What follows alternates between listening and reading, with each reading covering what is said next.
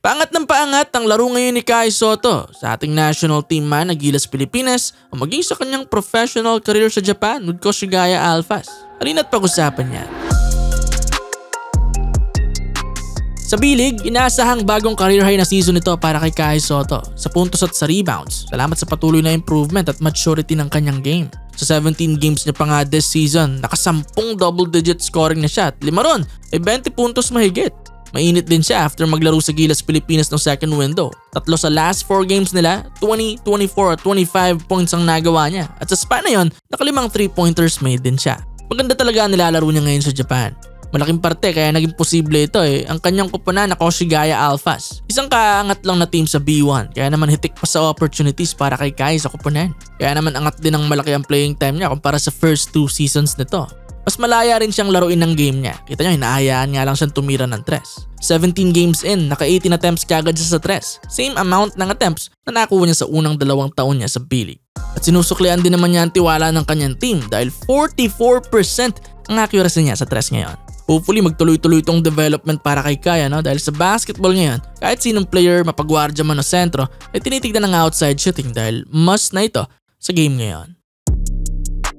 Malaking bagay rin sa ganda ng pinapakita ngayon ni Kai Sotto maliban sa kanyang Gilas experience ay yung kanyang pro ball experience. Bukod sa ikatlong season niya nito sa Japan, nakadalawang seasons na rin kasi siya sa Australia bago ito. Isa sa mga top leagues sa buong mundo. Kaya naman ngayon, kahit sa edad na 22, ay masasabing eksperyensado na kagad siya sa pros. 20 lang siya, nakikipagbakbakan na to sa best of the best ng big man ng NBL. Tapos ngayon sa Japan B-League, mga veterano namang imports ang mga kalaban niya. Marami rin doon, mga ex-NBA players. Kaya naman hahasain talaga siya ng paglalaro ron. Tapos babad na rin siya sa Koshigaya, mas maganda dahil mas na-maximize niya pa ang opportunity na yon para mag-improve.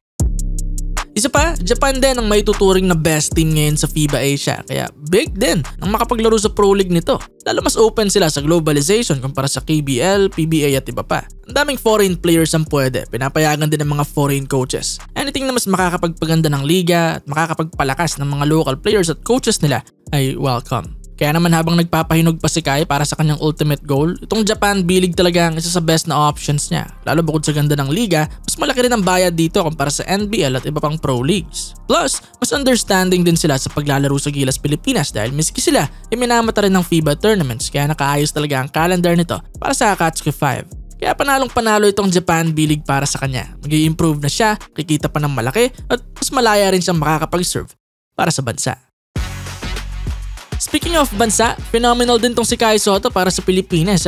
Ito sa FIBA Asia Cup qualifiers in 4 games, kumana ng 15 points, 12 rebounds tong si Kai. Lahat din ng laro na yon double-double, kaya number 1 siya sa tournament sa category na yon, tied with Dwayne Chisholm. Number 3 din siya sa rebounds, yung dalawa sa taas niya naturalized players. Habang number 5 naman siya sa blocks with 2.3 a game. Laking impact ni Kai Sotto sa ating national team. Siya ang second best scorer natin next kay Justin Brownlee. Kontra New Zealand, malabong natalo natin sila kung wala siya. Dahil halos triple-double ang ginawa niya sa laro na yon at binago talaga ng depensa niya ang takbo ng opensa ng Tall Blacks. Kaya masasabing kung wala siya, ay ibang-ibang laro talaga yon para sa Gilas Pilipinas. Same na na-feel natin kontra Brazil nung QT, diba? Na manghihinayang ka na wala si Sotto. Baka nabago niya ang laro para sa atin. Ganoon na ka-importante itong si Kai Sotto sa ating national team. Ganoon din para kay Coach Tim. Sakto sa system niya, high IQ na big man. Kaya pang mag-4 with Junmar Fajardo kahit na 7'3 siya. At a bit of everything din ang ginagawa, magkabilang dulo. Kayod talaga to kapag naglalaro para sa Pilipinas. At sa kanyang nagsisimula palang gumanda na outside shooting at mga makukuha pa lamang na experience ay naharap bilang 22 anyos ngayon, ay masasabi mong napakataas pa ng ceiling nito ni Kai Sotto. Papasok pa lamang to ng prime niya. Kaya sana magpatuloy lamang ito at manatili rin siyang healthy along the way.